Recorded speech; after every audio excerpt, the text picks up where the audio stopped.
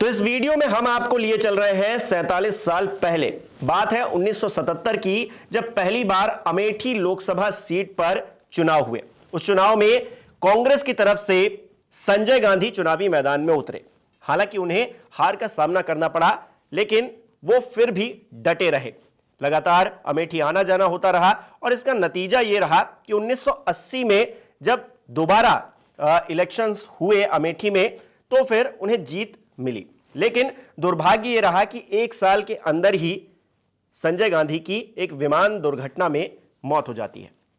इसके बाद 1981 में इस सीट पर दोबारा उपचुनाव की घोषणा होती है।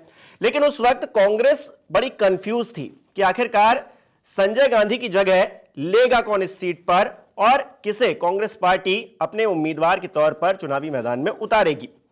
ऐसे में कंफ्यूजन चलता रहा। नामांकन का दौर शुरू हो चुका था और एक समाजवादी नेता उस टाइम के बड़े ही फेमस थे, उन्होंने अपना नामांकन दाखिल भी कर दिया था। तेज तर्रार नेता थे वो।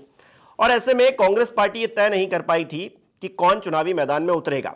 लेकिन क्योंकि संजय गांधी की जगह राजीव गांधी को मिलनी चाहिए, उनको ये चुनाव लड़ना चाहिए, इस तरह की बातें पार्टी के अंदर चल रही थी। लेकिन आप जानते हैं कि राजीव गांधी बिल्कुल भी दिलचस्पी नहीं ले रहे थे कि वो राजनीति में आए और राजनीतिक तौर पर अपने आप को स्थापित करें, क्योंकि उनके मोटो और उनके जो मिशंस थे वो काफी डिफरेंट थे राजनीति से।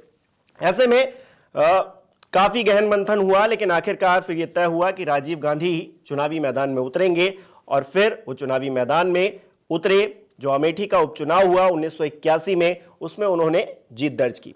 ये कहानी मैं आपको इसलिए सुना रहा हूं क्योंकि 43 साल पहले हुई ये घटना आज जो स्थिति अमेठी सीट को लेकर कांग्रेस के मन में जो गहन मंथन, जो कंफ्यूजन दिखा रही है, उससे एकदम मिलती जुलती है। 2024 में चुनाव होने जा रहा है। अमेठी सीट पर 20 मई को इलेक्शन है, लेकिन अभी तक यह तय नहीं हो पाया है कि कांग्रेस की तरफ से चुनावी मैदान में कौन उतरेगा। क्या वो राहुल गांधी होंगे, जो कि पिछली बार स्मृति ईरानी के खिलाफ चुनाव हार गए थे। हालांकि वो वायनाड से चुनाव जीते थे और वायनाड का इलेक्शन हो चुका है। राहुल गांधी जिस तरह से वहां पर रैली कर रहे थे और तमाम चीजें कर रहे थे, वो सब वायनाड में हो चुका है। लेकिन क्या वो दोबारा अमेठी आने वाले हैं, इस बात की सुगबुगाहट बहुत तेज है, चर्चा बहुत तेज है। इसके अलावा प्रियंका गांधी का नाम भी चल रहा है, उनके पति रॉबर्ट वाड्रा है, उनका नाम भी चल रहा है कि क्या वो चुनावी मैदान में उतर सकते हैं।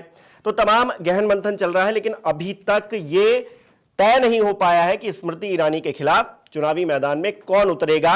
और स्मृति ईरानी ने अपना नामांकन तक दाखिल कर दिया है, लेकिन कांग्रेस की तरफ से अभी कोई सुगबुगाहट नहीं है कि राहुल गांधी होंगे या फिर कोई गांधी परिवार से इतर कोई दूसरा चेहरा अमेठी में चुनाव लड़ता हुआ नजर आएगा।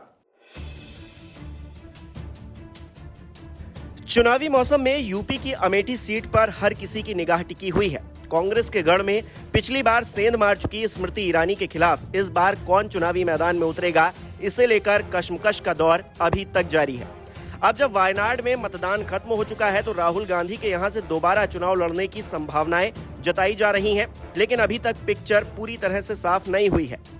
दशकों पहले संजय गांधी ने अमेठी में सियासी खूंटा गाड़ा था, जिसके बाद राजीव गांधी, सोनिया गांधी और 2019 में हार मिलने से पहले तक राहुल गांधी ने इस सीट से चुनावी जीत हासिल कर संसद तक का सफर तय किया। पर 2019 में मिली हार के बाद समीकरण बदल गए हैं। इसका एक सबूत अभी तक कांग्रेस की तरफ से उम्मीदवार की घोषणा न होना है। अमेठी में उम्मीदवार उतारने को लेकर हो रही देरी के चलते तमाम तरह के कयास भी लगाए जा रहे हैं। हालांकि ये पहली बार नहीं है जब कांग्रेस उम्मीदवार उतारने में इतनी देरी कर रही हो। इससे पहले भी कांग्रेस इस तरह की दुविधा से गुजर चुकी है। दरअसल ये बात 43 साल पुरानी है। उसी इतिहास को कांग्रेस फिर से दोहराती हुई नजर आ रही है, जब संजय गांधी के निधन के बाद उपचुनाव में उम्मीदवार को लेकर फैसला नहीं हो पा रहा था। 1981 में अमेठी सीट पर नामांकन शुरू होने के बाद कांग्रेस ने टिकट की घोषणा की थी और इस बार भी कुछ वैसा ही होता हुआ दिखाई दे रहा है। अमेठी लोकसभा सीट के इतिहास की बात की जाए तो आजादी के 3 दशक बाद अमेठी नाम की लोकसभा सीट वजूद में आई थी। अमेठी क्षेत्र पहले सुल्तानपुर दक्षिण संसदीय सीट का हिस्सा हुआ करता था। इसके बाद 1962 में सुल्तानपुर जिले की 4 और प्रतापगढ़ की 1 अठेहा विधानसभा को मिलाकर मुसाफिर खाना लोकसभा सीट बनी, जिसका हिस्सा अमेठी हुआ करती थी। 1972 के परिसीमन में रायबरेली जिले की 2 और सुल्तानपुर जिले की 3 विधानसभा सीटों को मिला दिया गया और अमेठी लोकसभा सीट वजूद में आई और 1977 में पहली बार अमेठी लोकसभा सीट पर चुनाव हुआ। आपातकाल के बाद होने वाले 1977 के लोकसभा चुनाव में अमेठी सीट से कांग्रेस ने संजय गांधी को उतारा। उनके सामने जनता पार्टी के रविंद्र प्रताप सिंह मैदान में थे, जिन्होंने संजय गांधी को चुनाव हरा दिया। चुनाव हारने के बाद भी संजय गांधी अमेठी में डटे रहे और 1980 में उन्हें सफलता मिल गई, लेकिन 1 साल के अंदर ही विमान हादसे में उनका निधन हो गया। इसके बाद अमेठी सीट पर 1981 में उपचुनाव हुए, जिसमें कांग्रेस को अपने उम्मीदवार को चयन के लिए दुविधा से दो चार होना पड़ा।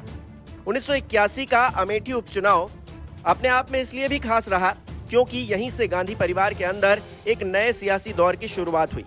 ये बात उस दौर की है जब अमेठी उपचुनाव पर हर किसी की निगाह टिकी हुई थी। 1981 के उस चुनाव के लिए लोकदल ने शरद यादव को चुनावी मैदान में उतार दिया था। समाजवादी नेता शरद यादव उस वक्त काफी तेज तर्रार नेताओं में गिने जाते थे, जिसके चलते कांग्रेस पशोपेश में फंसी हुई थी कि आगे क्या किया जाए। चूंकि राजीव गांधी को सियासत में दिलचस्पी नहीं थी, तो वो चुनाव लड़ने के लिए पहले तैयार नहीं हुए। इस बीच उपचुनाव की अधिसूचना जारी हो गई। फिर शरद यादव ने अपना नामांकन भी दाखिल कर दिया। इसके बाद कांग्रेस ने आखिरकार राजीव गांधी को मना लिया और अमेठी से अपना उम्मीदवार घोषित कर दिया। कांग्रेस ने जिस दिन टिकट की घोषणा की, उसी दिन राजीव गांधी ने अपना नामांकन भी दाखिल कर दिया। इस तरह राजीव गांधी ने अपनी सियासी पारी का आगाज किया और अमेठी सीट पर जब तक वो चुनाव लड़े तब अजेय रहे। 1981 के बाद अब 2024 में कांग्रेस अमेठी सीट को लेकर कंफ्यूज है। स्मृति ने तो अपना नामांकन भी दाखिल कर दिया है। ऐसा में देखना दिलचस्प रहेगा कि आखिरकार कौन इस सीट पर अपनी दावेदारी को पक्का करता है और स्मृति ईरानी के खिलाफ चुनावी मैदान में ताल ठोकता है। नमस्कार, मैं हूं मानक गुप्ता। अगर आपको हमारा ये वीडियो पसंद आया हो तो इसे लाइक और शेयर जरूर करें और हां, हमें सब्सक्राइब और फॉलो करना ना भूलें ताकि आप देश और दुनिया की कोई खबर मिस ना करें। तो जुड़े रहिए हमारे साथ और देखते रहिए न्यूज़ 24।